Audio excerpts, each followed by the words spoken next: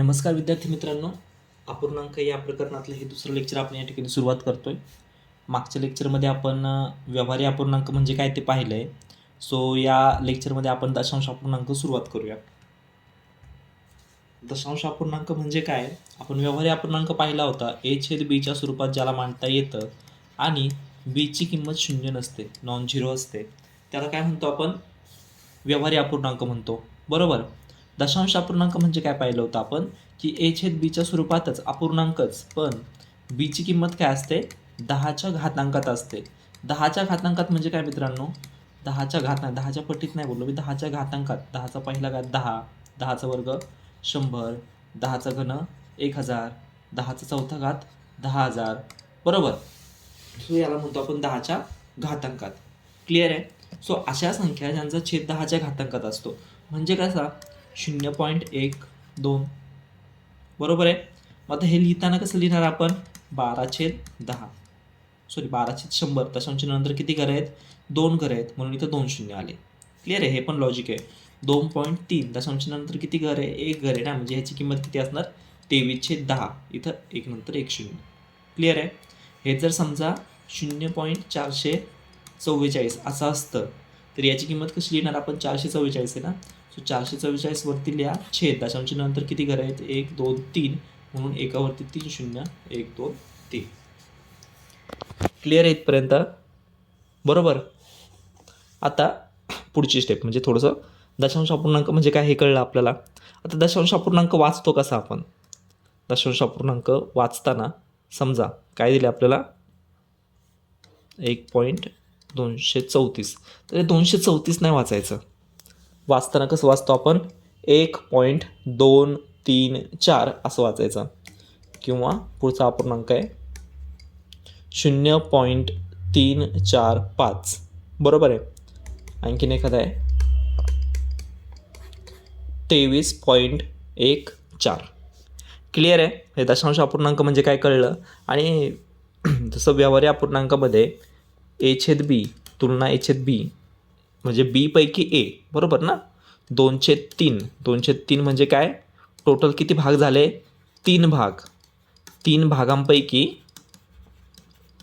2 भाग असंच वाचतो ना अपूर्णांक आपण, बरोबर. मागच्या लेक्चरमध्ये सांगितलं नाही. 2/3 व्यवहारी अपूर्णांक वाचतो कसा आपण? 2/3 म्हणजे काय? 3 पैकी 2 भाग. 2/3 म्हणजे काय? 3 पैकी 2 भाग. क्लिअर आहे? तसं आता दशांश अपूर्णांक जर दिला आपल्याला, समजा काय दिलं? 0.24, बरोबर आहे, किंवा 0.24. 24 नाही वाचायचं, मी सांगितलं. आता हे मांडणार कसं? 24/10. म्हणजेच हे वाचणार कसं आपण? 10 पैकी, सॉरी 24 किती आलं? 100. 10 कसं काय येणार ना? दशांशानंतर किती घरं आहेत?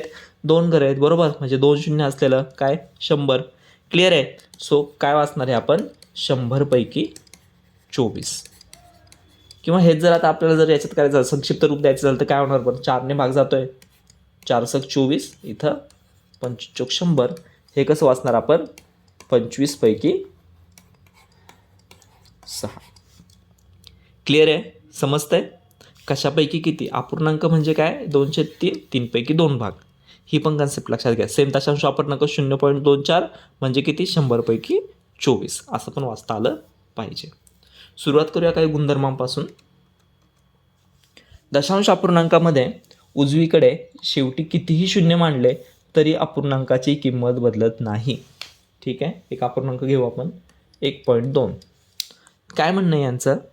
1.2ला व्यवहारी अपूर्णांकात मांडायचं. काय होणार रे? 12/10. दशांशानंतर 1 घर आहे, म्हणून इथं 10.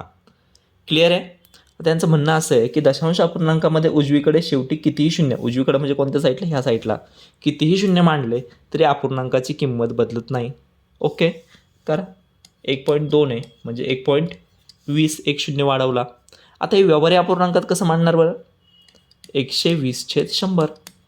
दशांशानंतर 2 घर झाले ना आता, म्हणून मी खाली 1 शून्य वाढवला. समजा इथं आणखीन 1 शून्य उजवीकडे वाढवला. त्यांचं म्हणणं आहे की उजवीकडे किती पण शून्य वाढवत जा. 1.2 शून्य दिले आता इथं, 2 वरती 2 शून्य. व्यवहारी अपूर्णांक कसा होणार याचा? 1200/1000. क्लिअर आहे? समजतंय?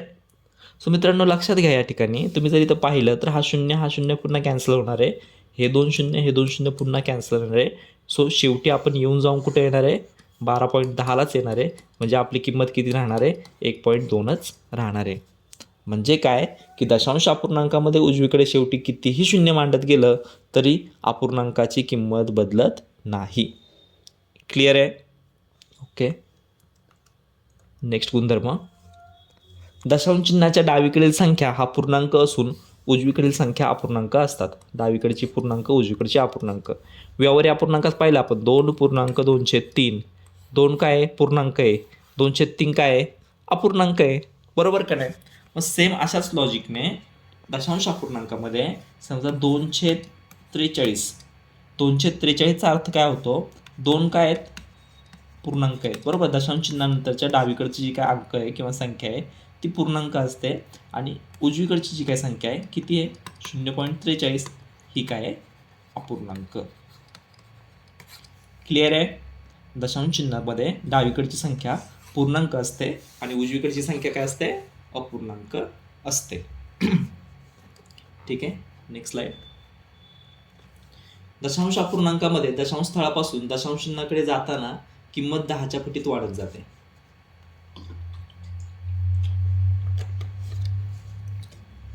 दशांश अपूर्णांक घ्या एखादा, 23.143.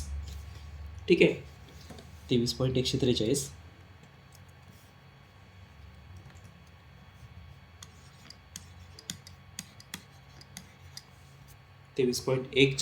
ओके. 143 नाही वाचायचं, 143.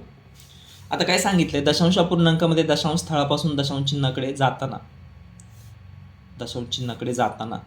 ओके. दशांश चिन्हापासून दशांश चिन्हाकडे जाताना सेम झालं, काहीतरी टायपिंग एरर दिसतो इथं.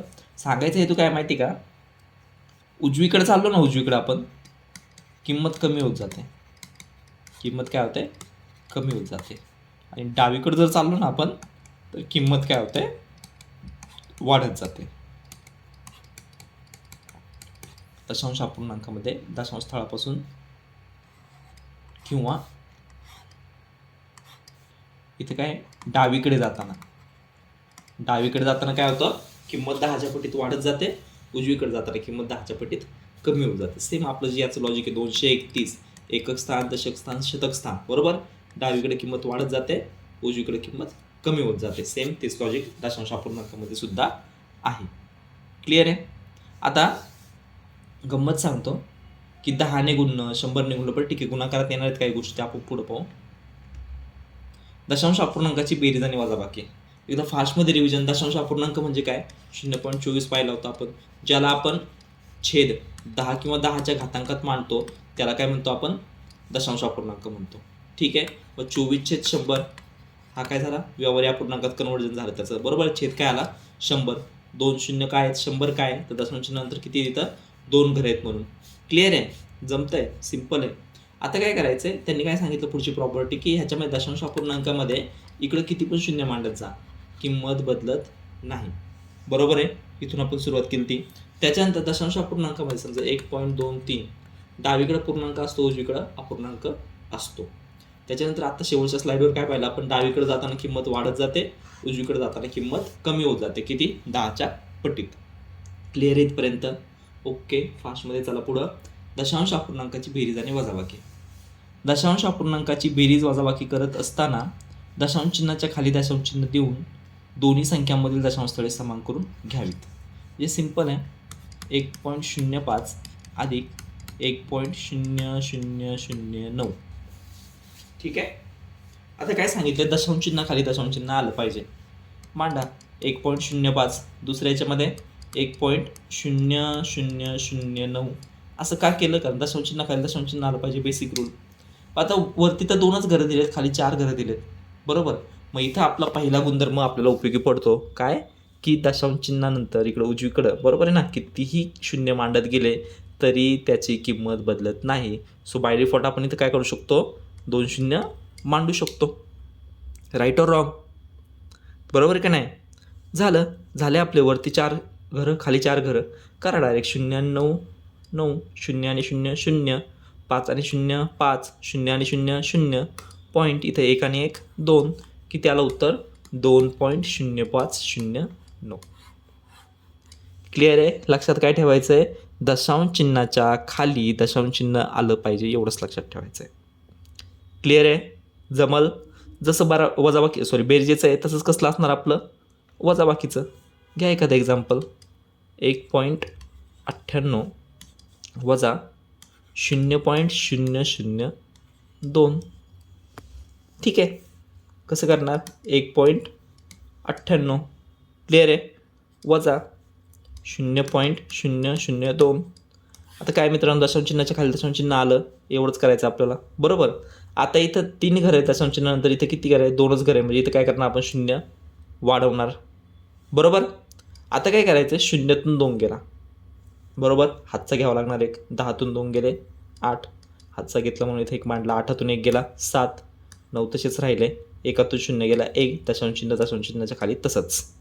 किती आलं उत्तर 1.978. क्लिअर आहे मित्रांनो. आता तुमच्या लक्षात आलं असेल काय करायचं आपल्याला, की दशांश चिन्हाच्या खाली दशांश चिन्ह घ्यायचं आणि समोरचे जे काही घरं आहेत ते समान करून घ्यायचे दशांश अपूर्णांकाची बेरीज वजाबाकी करत असताना. क्लिअर आहे. अवघड आहे का काही? चलो आगे. नेक्स्ट, दशांश अपूर्णांकाचा गुणाकार. दशांश अपूर्णांकाचा गुणाकार करत असताना प्रथमतः दशांश चिन्हाचा विचार न करता सरळ गुणाकार करून घ्यावा व नंतर येणाऱ्या उत्तरात दशांश चिन्ह द्यावे. ठीक आहे. दशांश चिन्ह काढून टाकून विचारच नाही करायचा, डायरेक्ट गुणाकार करायचा. आणि मग दशांश चिन्ह कसं द्यायचं नंतर, तर गुणाकारात दशांश चिन्हानंतरच्या स्थळांची काय होते बेरीज होते. ओके. चलो 1.2 गुणुले 0.4. काय सांगितले त्यांनी, डायरेक्ट गुणाकार करा. डायरेक्ट करू कशाचा 12 गुणिले 4चा. सोपं आहे. 12 चोक किती झाले 48. आता त्यांनी पुढचं काय सांगितलं आहे की दशांश चिन्ह नंतर द्यायचं. आता कुठं द्यायचं, इथं द्यायचं, इथं द्यायचं, इथं द्यायचं, इथं द्यायचं, कसं ठरवायचं. काय करा, पहिल्या संख्येत दशांश चिन्हानंतर किती घरं आहेत 1 घरं. इथं 1.2मध्ये बरोबर. 0.4मध्ये किती घर आहे 1 घर, बरोबर. आता दशांश अपूर्णांकाच्या गुणाकारात काय होते, दशांश चिन्हानंतरच्या स्थळांची बेरीज होते. इकडचं 1 घर, इकडचं 1 घर, किती झाले 2 घरं, बरोबर आहे. मग 2 घरं म्हणजे किती झालं हे 0.48, बरोबर का नाही. दशांश चिन्हानंतर 2 घरं आलं पाहिजे, 4 आणि 8, म्हणून दशांश चिन्ह कुठं दिलं आपण इथं दिलं. क्लिअर आहे. काही अडचण. आणखी एखादं पाहू आपण. 0.003 गुणुले 0.002. काय सांगितलं त्यांनी, सरळ गुणाकार करा. कसा करणार गुणाकार, 3 गुणिले 2, सोपं गुणाकार आहे. 3 दुने 6. आता गंमत कुठं सुरू होते, दशांश चिन्हानंतरचे घरं इथं किती आहेत 3 घरं आहेत, इथं किती आहेत 3 घरं आहेत. काय करणार घरांची बेरीज करणार, बरोबर आहे. 3 आणि 3 किती झाले 6 घरं झाले. मग दशांश चिन्हानंतर इथं 6 घरं असले पाहिजेत. करा. इथं 6 आहे ना, 1 घर झालं, 2 3 4 5 6. ठीक आहे. त्याच्यानंतर दशांश चिन्ह द्या. त्याच्यानंतर 0. किती आलं 0.0000006. येते लक्षात. एवढे सगळे 0 का दिले आपण, कारण दशांश चिन्हानंतर किती घरं पाहिजे होते 6 घरं पाहिजे होते, म्हणून आपल्याकडे एकच घर होतं, म्हणून आपण 5 0 दिले आणि मग दशांश चिन्ह दिलं. क्लिअर मित्रांनो. ठीक आहे. पुढचा पॉईंट, दशांश अपूर्णांकाचा भागाकार. जसा गुणाकार तसाच भागाकार. दशांश अपूर्णांकाचा भागाकार करत असताना प्रथमतः दशांश चिन्हाचा विचार न करता सरळ भागाकार करून घ्यावा व नंतर येणाऱ्या उत्तरात दशांश चिन्ह द्यावे. आता यांनी इथं पण तेच सांगितले. गुणाकार करताना कसं केलं तुम्ही, विचार नाही केला दशांश चिन्हाचा, डायरेक्ट गुणाकार करून टाकला. भागाकार करताना पण तसंच करा, विचार नका करू दशांश अपूर्णांकाचा किंवा काय दशांश चिन्हाचा, डायरेक्ट भागाकार करून टाका आणि नंतर दशांश चिन्ह द्या. आणि नंतर दशांश चिन्ह कुठं द्या सांगितले त्यांनी, तर भागाकारात दशांश चिन्हानंतरच्या स्थळांची काय होते वजाबाकी होते, बरोबर आहे. सोपं आहे लक्षात ठेवायला. गुणाकार म्हणजे काय एकत्र येणं म्हणजे बेरीज होते, भागाकार म्हणजे काय डिवाईड होणं म्हणजे काय होते वजाबाकी होते. कशाची, दशांश स्थळानंतरच्या घरांची किंवा दशांश चिन्हानंतरच्या स्थळांची वजाबाकी होते. चलो मग आता काय आहे, घ्या एखादा दशांश अपूर्णांक 0.024 भागिले 1.2. 0.024 भागिले काय आलं 1.2. कसं करणार, सरळ भागाकार करायचा आहे. 24 भागिले 12 करू शकतो, बरोबर आहे. 24 भागिले 12 किती आलं उत्तर? 12 बार, 12 दुने 24, उत्तर आलं 2. आता काय द्यायचं आहे आपलं दशांश चिन्ह कसे? या इकडे किती आहे दशांश चिन्ह नंतर पहिल्या याच्यामध्ये 1 2 3 3 घरं, इकडे किती आहे दशांश चिन्ह नंतर 1 घर. भागाकार म्हटल्यावरती काय होणार? वजाबाकी होणार. भागाकार म्हटल्यावरती काय होणार? वजाबाकी होणार. 3मधून 1 गेलं, किती राहिले? 2 घरं. म्हणजे आपल्या उत्तरामध्ये दशांश चिन्हानंतर किती घरं असले पाहिजेत? 2 घरं असले पाहिजेत. क्लिअर आहे? सो मग इथं 1 घर ऑलरेडी आहे 2, म्हटलं तिथं किती आलं? 0. इथं 0. 0.02. किती आलं उत्तर? 0.02. क्लिअर आहे? ओके. आणखी एखादं पाहायचं.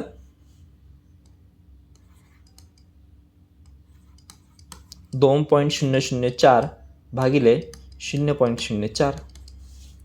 काय करा? दशांश चिन्ह काढून टाका. काय राहिलं वरती? फक्त 2004. खाली काय राहिलं? फक्त 4. 4 1 4, 4 पंचे 20, 4 0 0, 4 1 4. किती आलं उत्तर? 501. आता काय करायचं? दशांश चिन्हानंतरची इकडची घरं किती आहेत? 3. इकडची घरं किती आहेत? 2. दोघांची वजाबाकी केली, किती राहिलं? 1 घर. किती आलं उत्तर? 50.1. क्लिअर आहे? जमते सगळ्यांना? चलो, दशांश चिन्हाचं आपण एकदा दशांश अपूर्णांकाची रिव्हिजन घेऊ. इथं फास्टमध्ये काय काय पाहिलं आपण? दशांश अपूर्णांक 0.24 ज्याचा छेद 10च्या घातांकात असतो, अशा अपूर्णांकाला काय म्हणतो आपण? दशांश अपूर्णांक. उजवीकडे किती शून्य मांडत गेलं, वाढवत गेलं, किंमत बदलत नाही. ही दुसरा गुणधर्म पाहिला आपण. त्याच्यानंतर काय पाहिलं आपण? उजवीकडची संख्या म्हणजे अपूर्णांक असते, डावीकडची संख्या म्हणजे दशांश चिन्हाच्या डावीकडे उजवीकडं. बरोबर? उजवीकडे अपूर्णांक, डावीकडे पूर्णांक. उजवीकडे चालले किंमत कमी होत जाते, डावीकडे चालले किंमत वाढत जाते 10च्या पटीमध्ये. बरोबर आहे? त्याच्यानंतर काय पाहिलं आपण? बेरीज वजाबाकी. बेरीज करताना, वजाबाकी करताना दशांश चिन्हाच्या खाली दशांश चिन्ह आलं पाहिजे. बरोबर? घरांची संख्या समान करून घ्या.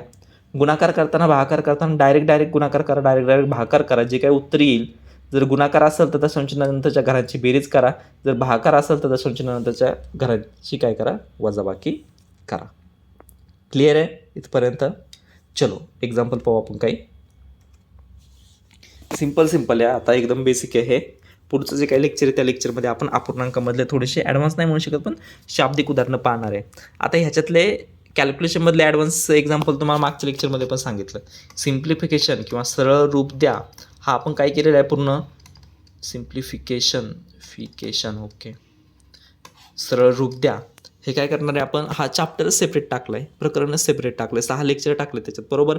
त्याच्यामुळे त्या चॅप्टरमध्ये तुम्हाला भरपूर सारे ट्रिक्स किंवा भरपूर सारे गणितं सोडवायला मिळणार आहेत, भरपूर सारे टाईप शिकायला मिळणार आहेत. इथं काय करतोय आपण? फक्त बेसिक कवर करतोय.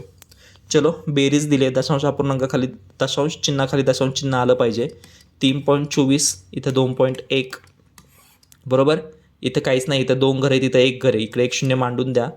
दशांश चिन्हाखाली दशांश चिन्ह आलं आहे, बेरीज करा.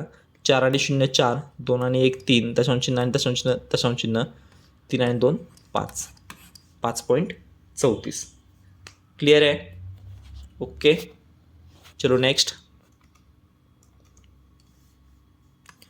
3.123 वजा 2.1. दशांश चिन्हाखाली दशांश चिन्ह आलं आहे. इथं 3 घर आहेत, इथे 1 घर आहे. 2 शून्य देऊन टाका. 3तून 0 गेला 3, 2तून 0 गेला 2, 1तून 1 गेला 0, 3तून 2 गेला 1. किती आलं उत्तर? 1.023. सिम्पल आहे. फास्टमध्ये जाणार आहे आपण, काय एवढं डिफिकल्ट असं काय नाही आहे. बेसिक एक्झाम्पल घेतो आहे आपण. ठीक आहे. Next example. 523.984 अधिक 32.144 करा. 523 अधिक 984 अधिक 32 पॉईंट. ही मांडणी फक्त जमली पाहिजे मांडताना, हे जमण्याजोगीच गोष्ट, एवढं अवघड असं काय नाही. दशांश चिन्हाखाली दशांश चिन्ह आलं आहे. बरोबर? आता काय करा? इथं पण 3 घरं आहे. 4 4 8, 8 आणि 4 12शी 2 हातचा आला 1, 9 आणि 1 10 आणि 1 11शी 1 हातचा आला 1. दशांश चिन्ह देऊन घ्या. इथं 3 आणि 2 5, 5 आणि 1 6. बरोबर आहे? 2 आणि 3 5, इथं 5. किती आलं उत्तर आपलं? 555.128. क्लिअर आहे? किती आलं उत्तर आपलं? 556.128. क्लिअर आहे? गुणाकाराचं पाहू आता. 1.16 गुणिले 0.4 काय होणार मित्रांनो? 1.16 म्हणजे किती झालं 116 गुणिले 4 डायरेक्ट गुणाकार करा. 6 चोक 24 4 हात 4 2 4 1 4 2 6 4 1 4 दशांश चिन्हानंतरचे घरं मोजा. इथे किती आहेत 2 घरं. इथे किती आहेत 1 घर. 2 आणि 1 किती 3. 1 2 3 घरं. किती आलं उत्तर 0.464. 0. किती आलं 464 किंवा 4 6 4. दशांश चिन्हानंतरच्या घरांची काय झाली बेरीज झाली गुणाकारात. नेक्स्ट एक्झाम्पल गुणाकाराचंच आहे. 3.2 गुणिले 0.4 गुणिले 0.5. सरळ सरळ काय करा 32 गुणिले 4 गुणिले 5. आता एक्झाममध्ये पण काय करणार आपण असा गुणाकार करत असताना म्हणजे इथं चालेल म्हणून नाही कुठं पण करताना प्रायोरिटी कशी द्यायची. हे 4 गुणिले 5 अगोदर सोडून घ्या. किती आपल्याकडं 32 गुणिले 4 पंचे 20. सोपं झालं. शून्याचा शून्य द्या. 32 दुने किंवा बेदुने 4 3 दुने 6. किती आलं उत्तर 640. आता काय करायचं मित्रांनो 640 उत्तर आलं आहे आपलं. दशांश चिन्हानंतर इथं किती घर आहे 1 घर. इथं 1 घर. इथं 2 घरं. गुणाकार करतोय म्हटलं सगळ्यांची काय करणार बेरीज करणार. 1 आणि 1 2 2 आणि 2 4. इथं दशांश चिन्हानंतर किती आले पाहिजे 4 घरं. 1 2 3 घरं आहेत ऑलरेडी. 1 0 दिला 4. किती आलं उत्तर 0.060. किती आलं उत्तर 0.0640. क्लिअर आहे येते लक्षात. सिम्पल थोडं फास्ट मी चाललो आहे आपण कारण एवढं काय असं हे नाही याच्यामध्ये दमवाले गणित नाही आहेत एकदम बेसिक गणित आहेत बरोबर. चलो नेक्स्ट काय आला इथं आता भागाकार आला आहे. सरळ 348 भागिले 4 करा. 4ने कितीचा 4ने 3ला भाग जातो का नाही जात. 34ला कितीचा भाग गेला 4 8 32. खाली राहिले 2 2वरती 8 28. 4 7 28. किती आलं उत्तर 87. पण दशांशानंतर इथं किती घरं आहेत 2 घरं.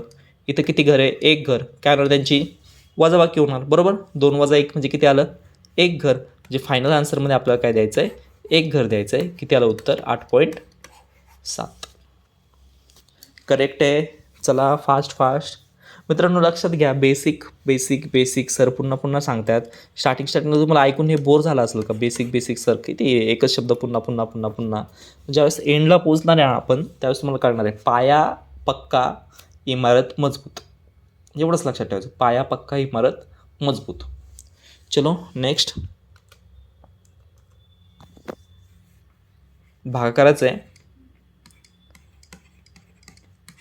डायरेक्ट भागाकार करून घ्या. 25चा पाडा येत असेल 25ने भाग द्या. 25चा पाडा येत नसेल तर 5 चलू द्या आपलं. 5 5 25. 5 3 15. खाली राहिला 1 0 10. 5 दुने 10. 2ला भाग जातो का 5ने नाही जात. 5 0 0. 5 5 25. किती आलं 3205 भागिले 5. परत त्या 5ने भाग. 5 1 5. 5 6 30. खाली राहिले 2 0 20. 5 चोक 20. 5 1 5. किती आलं 641. आता बघा दशांशानंतर इथं किती घरं आहेत 3 घरं आहेत. इथं किती घरं आहे 1 घर आहे. भागाकार आहे वजाबाकी होणार. किती घरं असायला पाहिजे उत्तरामध्ये 2 घरं द्या. किती आलं आपलं 641. 641ला इथं द्या 2 घरानंतर 1 2 मोजताना इकडून मोजायचं बरं का उजवीकडून मोजत यायचं 1 2 2 घरानंतर दशांश चिन्ह म्हणजे किती आलं आपल्याला उत्तर 6.41. क्लिअर आहे. चलो नेक्स्ट एक्झाम्पल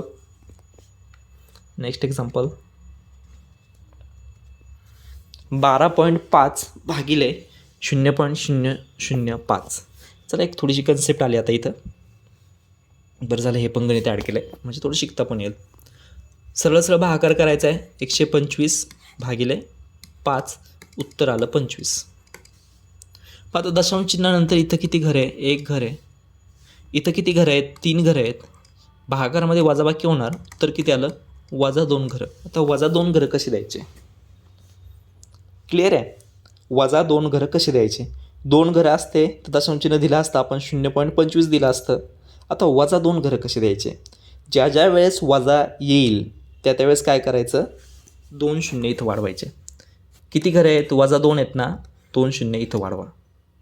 वजा 1 असताना 25 उत्तर आहे तर 1 शून्य वाढवला असता. वजा 3 जर आला असतं ना तर 3 शून्य वाढवले असते. क्लिअर आहे. जे करतोय काय आपण इथं वजा 1 आलं बरोबर. दशांशनंतरच्या घरांची काय होणार, वजाबाकी होणार. इथं काय 1 आहे, इथं काय 3 आहे, म्हणजे किती घरं देणार आपण, वजा 2 देणार. 2 घरं असते तर आपण असं दिलं असतं ना, 25 मध्ये 2 घरं 0.25, पण 25 मध्ये वजा 2 घरं कसं देणार. सो ज्या वेळेस असं वजा येईल ना त्या त्यावेळेस काय करायचं, दशांश चिन्हानंतर घरं नाही द्यायची किंवा दशांश चिन्ह नाही द्यायचं, तर 0 वाढवायचे. क्लिअर आहे. किती आलं उत्तर, ह्याचं नाही उत्तर, हे कशाचं उत्तर आलं, 12.5 भागिले 0.005, याचं उत्तर किती आलं, 2500. जर मायनसमध्ये जर आलं इथं तर काय करायचं, 0 वाढवायचे. क्लिअर आहे. चलो नेक्स्ट. 1.123 गुणिले 10. 1.123 गुणिले 10. मित्रांनो लक्षात घ्या, सरळ सरळ आपण काय करू शकतो, जसं आपल्याला सांगितलं आहे, काय नका करू, 1123 गुणिले 10 करा बरोबर. किती आलं, 1123 वरती एक 0. दशांश चिन्हानंतर किती घरं आहेत, इथं 3 घरं आहेत बरोबर. इथं किती घरं आहेत, एक पण घर नाही. बेरीज झाली किती झाली, 3च. 3 घरानंतर दशांश चिन्ह द्या, 1 2 3. किती आलं उत्तर, 11.23. 230 किंवा त्यालाच काय म्हणू आपण, 11.23 बरोबर आहे. आता एक गोष्ट लक्षात आली तुमच्या, 1.123ला 10ने गुणलं किती आलं, 11.23. दशांश चिन्ह काय झालं रे, एक घर उजवीकडे सरकलं. राईट, काय झालं, दशांश चिन्ह एक घर उजवीकडे सरकलं. सेम जर 1.123ला आपण 100ने गुणलं असतं, किती आलं असतं उत्तर आपलं, 112.3 आलं असतं. ठीक आहे, का, कारण दशांश चिन्ह 2 घर इकडे सरकलं असतं. क्लिअर आहे. म्हणजे दशांश अपूर्णांकाला 10 किंवा 10च्या घातांकित संख्येने गुणलं तर दशांश चिन्ह कुठं सरकतं, उजवीकडे सरकतं. आणि किती घरं उजवीकडे सरकतं, 10. 1 0 असेल 1 घर सरकतं, 2 0 असेल 2 घरं सरकतं बरोबर. 3 0 असेल, समजा हे असं असतं 1.123 गुणिले 1000, 3 0 3 घरं उजवीकडे सरकलं असतं, 1 2 3 किती आलं असतं, 1123. आता त्याच्या पुढं जाऊन आणखीन जर 0 आले असते तर, काय झालं असतं, फॉर एक्झाम्पल 1.123 गुणिले 10,000ने गुणलं असतं आता 4 शून्यांनी. ठीक आहे, कसं करणार हे, 3 शून्यांचं काय, दशांश चिन्ह इकडे 1 2 3 बरोबर आहे. आणि चौथं शून्य काय एक्स्ट्रा, दशांश चिन्ह जर निघून गेला, आता चौथं शून्य एक्स्ट्रा आहे, मग तो शून्य इथे ॲड झाला असता. उत्तर किती आलं असतं, 11,230. आणि याप्रमाणे वाढत जाणार. क्लिअर आहे मित्रांनो. एकदम मस्तपैकी कन्सेप्ट सांगितली, बेसिक कन्सेप्ट सांगितली. जसं गुणाकाराचं आहे तसं भागाकाराचं पण आहे. गुणाकारामध्ये काय होतं, दशांश चिन्ह 10 किंवा 10च्या घातांकित संख्येने जर गुणलं तर दशांश चिन्ह उजवीकडे सरकत जातं. मग 10ने जर गुणलं तर काय होणार, एक घर उजवीकडं. जर 100ने जर गुणलं तर 2 घर उजवीकडं बरोबर आहे. जर 1000ने जर गुणलं तर 3 घर उजवीकडं. आणि याप्रमाणे ते काय होणार, पुढं कंटिन्यू होणार. क्लिअर आहे. चलो नेक्स्ट भागाकाराचं पाहू आपण. 243.3 भागिले 10. आपल्या लॉजिकनुसार काय सांगितलं आहे, 243.3चं हे काय 2433 असंच घ्या, डायरेक्ट सांगितलं ना. त्याला काय करा, भागिले 10 करा. ऑलरेडी हा भागाकार किती येतो, 243.3 येतो. पण दशांश चिन्हानंतर इकडे एक घर आहे, इकडं 0 आहे, वजाबाकी किती आली, 1 आली, म्हणजे ते एक ॲड करावं लागणार. म्हणून हे दशांश चिन्ह कुठं सरकलं, इकडं सरकलं. उत्तर किती आलं, 24.33. क्लिअर आहे. ही रेग्युलर मेथडमध्ये जो काय आपला नियम आहे, जो काय बेसिक नियम पाहिला आहे त्याच्यामध्ये आपण हे शिकलो आहे. पण जसं आपण गुणाकाराचं हे पाहिलं, आपण गुणाकाराचं ट्रिक पाहिली, किंवा गुणाकारात काय होतं, 10 किंवा 10च्या घातांकित संख्येने गुणलं असता दशांश चिन्ह कुठं सरकतं, उजवीकडे सरकतं. तसंच 10 किंवा 10च्या घातांकित संख्येने भागलं असता दशांश चिन्ह काय होतं, डावीकडे सरकतं. ठीक आहे, घ्या 243.3 भागिले 10 किती आलं, 24.33. एक घर कुठं सरकलं, इकडं सरकलं. तेच जर 243.3 भागिले 100 असतं, कुठं सरकलं असतं, 2 घरं, 2 शून्य ना 2 घरं सरकलं असतं. उत्तर किती आलं असतं, 2.433 बरोबर आहे. हेच जर आता समजा 243.3 भागिले 1000 असतं, तर दशांश चिन्ह कुठं सरकलं असतं 3 घरं 1 2 3 घरं इकडं सरकलं असतं. उत्तर काय आलं असतं आपलं 0.2433. हेच जर 243.3 भागिले 10,000 असतं तर दशांश चिन्ह किती घरं सरकलं असतं 4 घरं सरकलं असतं. 1 2 3 घरं तर सरकायला जागा आहे, चौथं घर नाही म्हणून चौथा काय झाला असता 0 वाढला असता, म्हणजे काय उत्तर आलं असतं 0.02433. क्लिअर आहे मित्रांनो. जसं आपण पाहिलं होतं मागच्या गणितामध्ये गुणाकाराचं, सेम तसंच लॉजिक आपण इथं भागाकाराचं पण मांडू शकतो. कसं 10च्या घातांकित संख्येने दशांश अपूर्णांकाला भागले असता, म्हणजे 10ने जर भागलं तर काय होणार दशांश चिन्ह एक घर डावीकडे सरकणार. तर 100ने भागलं तर काय होणार 2 घरं डावीकडे सरकणार. जर आपण 1000ने भागलं तर काय होणार 3 घरं डावीकडे सरकणार. क्लिअर आहे. जर आपण 10,000ने भागलं तर काय होणार 4 घरं डावीकडे सरकणार आणि याप्रमाणे पुढे जाणार. गुणलं तर उजवीकडे सरकणार, भागलं तर डावीकडे सरकणार. आणि कितीनी तर 10 1 घर, 100 2 घर, 1000 3 घर, जेवढे शून्य आहेत तेवढं. क्लिअर आहे. मला वाटतं बेसिक कन्सेप्ट ही सगळ्यांची क्लिअर झाली असणार आणि ही गोष्ट आपल्याला सारखी पुढं वापरायची कॅल्क्युलेशनमध्ये, म्हणून हे डिटेलिंगमध्ये सांगितलं. आणखीन एक 2 गणितं आपण पाहू. थोडंसं आता वेगळं हे करू, सिम्प्लिफिकेशनमध्ये तर येणारच आहेत सगळे गणितं, पण थोडंसं आपण पॅटर्न चेंज करू, बेरीज वजाबाकीच्या बाहेर येऊ. एक्सची किंमत काढा. एक्स वजा 0.11 छेद 1.6 बरोबर 1.6. काय करणार एक्सची किंमत काढायची, बाकी सगळं तिकडे घेऊन जावं लागणार. पहिल्या स्टेपला काय करणार आपण, हे 1.6 इकडे भागिले आहेत, इकडे घेऊन आले, काय होणार गुणले होणार, बरोबर. सो काय भेटलं तुम्हाला एक्स वजा 0.11 बरोबर 1.6 गुणले 1.6.